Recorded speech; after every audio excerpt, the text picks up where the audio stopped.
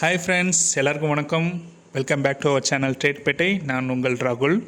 So இன்றைக்கான வீடியோவில் நம்ம என்ன பார்க்க போகிறோன்னா, ஒரு 20,000 சேலரியில் நம்ம வந்து லைஃப்பை ஹாப்பியாக லீட் பண்ண முடியுமா அப்படிங்கிற பற்றி தான் பார்க்க போகிறோம். ஏன்னா இந்த காலத்தில் காஸ்ட் ஆஃப் லிவிங்னு எடுத்துக்கிட்டிங்கன்னா ரொம்பவே அதிகமாக இருக்குது. ஆனால் நம்மளோட சேலரியெல்லாம் பார்த்திங்கன்னா 20,000லேருந்து 40,000 ரேஞ்ச், அந்த ஏவரேஜ் சேலரி இந்தியாவில் பார்த்திங்கன்னா 20,000லேருந்து 40,000 ரேஞ்சில் தான் இருக்குது.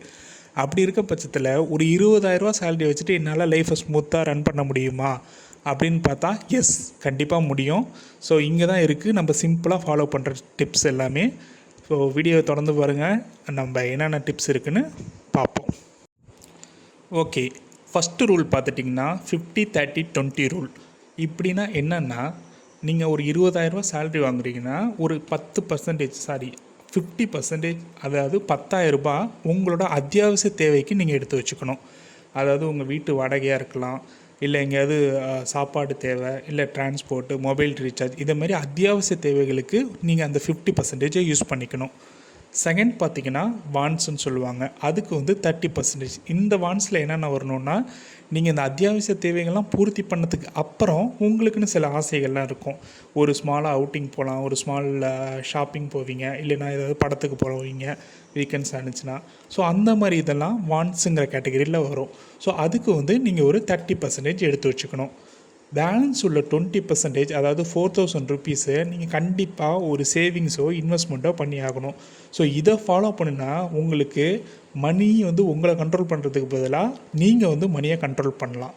நமக்கு லைஃப்பும் ரொம்ப ஈஸியாக இருக்கும். ஓகே, 20,000 சேலரி ஏர்ன் பண்ணுறாங்க யாராக இருந்தாலும் இந்த 4 ஹேபிட்டை கண்டிப்பாக ஃபாலோ பண்ணணும். அதாவது ஃபஸ்ட்டு ஒன்று என்னென்னா, பே யுவர் செல்ஃப் ஃபஸ்ட். நம்ம லாஸ்ட் வீடியோவில் பார்த்த மாதிரி நமக்குன்னு ஃபஸ்ட்டு எடுத்து வச்சுக்கணும், அதாவது நம்ம சேவ் பண்ணுறதுக்கு. ஸோ 20,000 ஆல்ரெடி சொல்லியிருந்த மாதிரி 20% நம்ம சேவ் பண்ணணும். அதனால் சேலரி வந்த உடனே ஒரு 4,000 தனியாக எடுத்து வச்சுருங்க. அதை எந்த காரணத்தை கொண்டும் தொடவே கூடாது. செகண்ட் ஒன்று என்னென்னா, மந்த்லி பட்ஜெட் நோட் பண்ணுங்கள். எனக்கு வந்து ஒரு 3 கேட்டகரி போட்டு வச்சுக்கோங்க. ஒன்று வந்து என்ன நீடு, என்னோடய அத்தியாவசிய தேவைகளுக்கு எவ்வளோ வேணும். மற்றபடி அத்தியாவசிய தேவைகள் போக வான்ஸ், அதாவது எனக்கு அத்தியாவசிய தேவை பூர்த்தி ஆனதுக்கு அப்புறம் என்னென்ன தேவைப்படுது, அப்புறம் நான் எவ்வளோ சேவ் பண்ண போகிறோம். ஸோ இதை எல்லாமே மந்த்லி பட்ஜெட்டாக நோட் பண்ணி வச்சுக்கோங்க.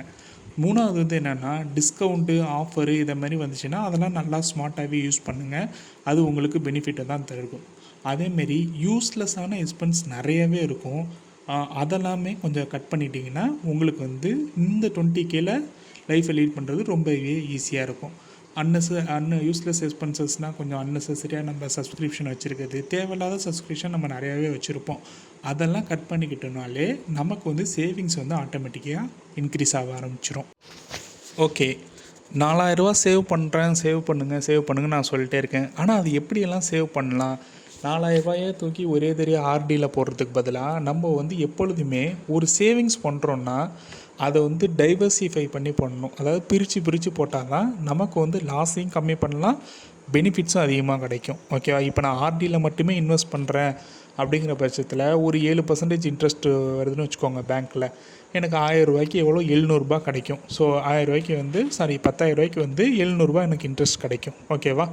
இதே மாதிரி நம்ம பிரித்து போட்டோம்னா, அதாவது ஒரு பார்ட் ஆஃப் அமௌண்ட் வந்து ஆர்டிலையும், ஒரு பார்ட் ஆஃப் அமௌண்ட் எஸ்ஐபி, இன்னொரு பார்ட் வந்து கோல்ட்லேயும் போட்டோம்னா நமக்கு வந்து ரிட்டர்ன்ஸ் வந்து நல்லா சூப்பராகவே கிடைக்கும். அதேமாரி எமர்ஜென்சிக்குமே ரொம்பவே யூஸ்ஃபுல்லாக இருக்கும். உதாரணத்துக்கு பார்த்துட்டிங்கன்னா, நான் சொன்ன மாதிரி 4,000 சேவிங்ஸுக்கு எடுத்து வைக்க சொன்னேன். அதில் வந்து எப்படி இருக்கணும்னா, உங்களோட சேவிங்ஸு அட்லீஸ்ட் ஒரு 2,000 ஒரு ஆர்டியில் இருக்கணும். அதேமாரி ஒரு 1,000 ஒரு எஸ்ஐபியில் போடலாம், நல்ல எஸ்ஐபியில். 1,000 வந்து உங்கள் டிஜிட்டல் கோல்டோ இல்லை ஒரு கோல்டு சேவிங்ஸ் பிளானோ ஏதோ ஒரு கோல்டுக்காக நீங்கள் தனியாக சேர்த்து வச்சுக்கிற மாதிரி.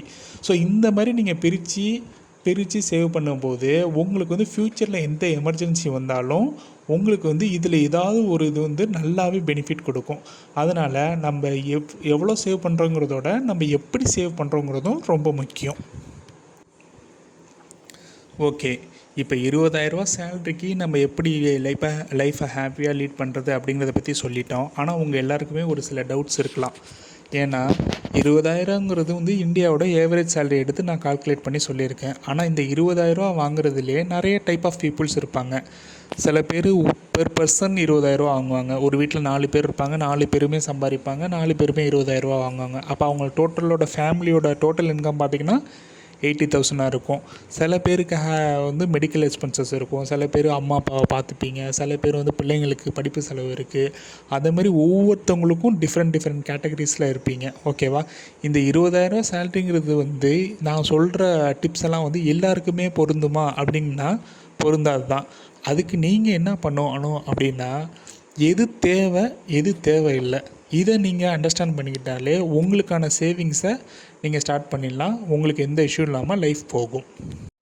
ஓகே, இந்த போர்ஷன் வந்து ஸ்பெஷலி ஃபார் யங்ஸ்டர்ஸ்க்காக தான். அதாவது இப்போ தான் நீங்கள் காலேஜ் முடித்து வேலைக்கு போகிறீங்க, இல்லைனா இப்போ தான் வேலைக்கு ஜாயின் பண்ணியிருக்கீங்க அப்படின்னா இந்த போர்ஷன் வந்து உங்களுக்காக தான். நீங்கள் இப்போ தான் வேலைக்கு ஜாயின் பண்ணியிருக்கீங்க அப்படின்னா உங்களோட மந்த்லி சேலரியில் அட்லீஸ்ட் ஒரு 2,000 நீங்கள் சேவ் பண்ண இப்போயே ஸ்டார்ட் பண்ணுங்கள்.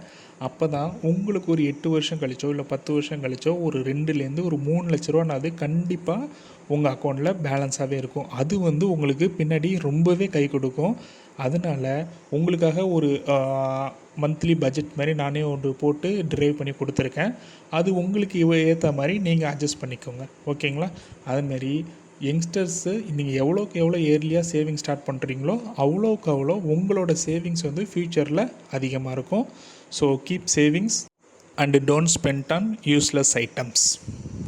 ஓகே ஃப்ரெண்ட்ஸ், இன்றைக்கான வீடியோ முடிஞ்சிடுச்சு. இந்த வீடியோ கண்டிப்பாக உங்களுக்கு பிடிச்சிருக்குன்னு நம்புகிறேன். பிடிச்சிருந்தால் லைக் பண்ணுங்கள், கமெண்ட் பண்ணுங்கள், அப்புறம் உங்கள் ஃப்ரெண்ட்ஸுக்கு ஷேர் பண்ணுங்கள். மீண்டும் அடுத்த வீடியோவில் சந்திப்போம். பாய்.